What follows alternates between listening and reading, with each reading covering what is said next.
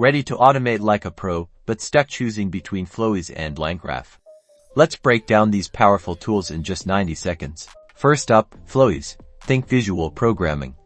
It offers a drag-and-drop interface perfect for building complex workflows without writing a single line of code. Notice how easy it is to connect different components like large language models and data sources. Now, let's explore Langgraph. It's more code-centric.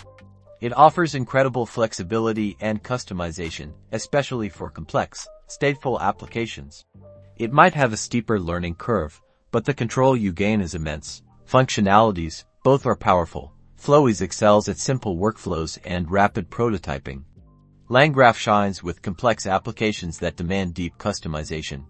Flowise is the champion for ease of use with its visual UI, while Langgraph requires coding knowledge. Hence, the learning curve is easier for Flowise, but Langgraph lets you build sophisticated solutions. Flowise is ideal for quickly creating chatbots, document processing pipelines, or simple automation tasks. No coding needed. Langgraph empowers you to build multi-agent systems, complex decision trees, and stateful applications where you need fine-grained control over the process. So, Flowise for visual simplicity and rapid deployment.